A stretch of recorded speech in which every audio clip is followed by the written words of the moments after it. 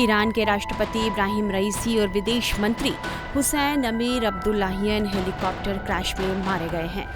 उनके साथ यह हादसा 19 मई को तब हुआ जब राष्ट्रपति इब्राहिम रईसी विदेश मंत्री और अपने प्रतिनिधिमंडल के साथ पूर्वी अजरबैजान प्रांत में बांध का उद्घाटन करके लौट रहे थे।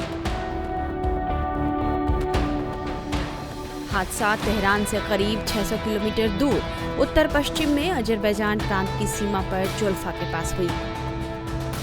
हेलीकॉप्टर क्रैश होने के बाद जली हुई अवस्था में पाया गया था। घंटों के रेस्क्यू ऑपरेशन के बाद 20 मई की सुबह इब्राहिम रईसी और विदेश मंत्री का शव बरामद हुआ। इसके बाद ईरान ने रईसी की मौत की आधिकारिक घोषणा की। सभी के शवों को तबरीज शहर में लाया गया। वहीं ईरान ने इस भीषण हेलीकॉप्टर दुर्घटना की जांच के आदेश दिए हैं, जिसमें उसने अपने राष्ट्रपति, विदेश मंत्री और अन्य लोगों को खो दिया है। इस हादसे ने पूरे ईरान को शोक में डुबा दिया है। फिलहाल तो ईरान ने हेलीकॉप्टर क्रैश के लिए खराब मौसम को जिम्मेदार ठहराया है, लेकिन इस हेलीकॉप्टर हादसे को लेकर सोशल मीडिया पर तरह तरह की चर्चाएं चल रही हैं। सबसे ज्यादा चर्चा इजराइल और उसकी खुफिया एजेंसी मोसाद की हो रही है और हादसे को लेकर मोसाद की तरफ उंगलियां भी उठ रही हैं। दरअसल ईरान और इजराइल की दशकों पुरानी दुश्मनी को देखते हुए कुछ लोग इस बात की आशंका जता रहे हैं कि हादसे के पीछे इजराइल का हाथ हो सकता है। सोशल मीडिया पर ऐसे दावे किए जा रहे हैं कि इस हेलीकॉप्टर हादसे में मोसाद का हाथ हो सकता है।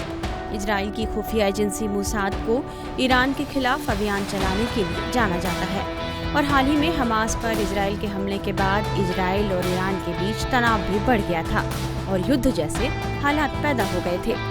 लिहाजा शक की सुई इजराइल के मोसाद की ओर घूम रही है। मोसाद पर शक करने की एक बड़ी वजह क्रैश साइट को लेकर भी है।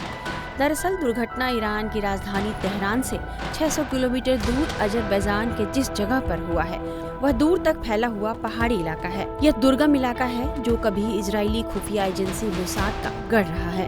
यहाँ पर मोसाद के कई खुफिया एजेंट अभी भी सक्रिय बताए जाते हैं। वहीं अजरबैजान से भी ईरान के तनावपूर्ण संबंध हैं। लोग इसलिए इन दोनों कड़ियों को मिलाकर भी देख रहे हैं।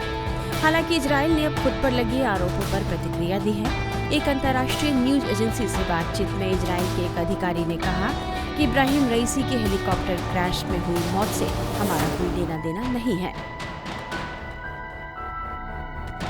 हालांकि यह बात तो जांच में ही साफ हो पाएगी कि वाकई रईसी के हेलीकॉप्टर का हादसा हुआ था या फिर यह एक साजिश थी।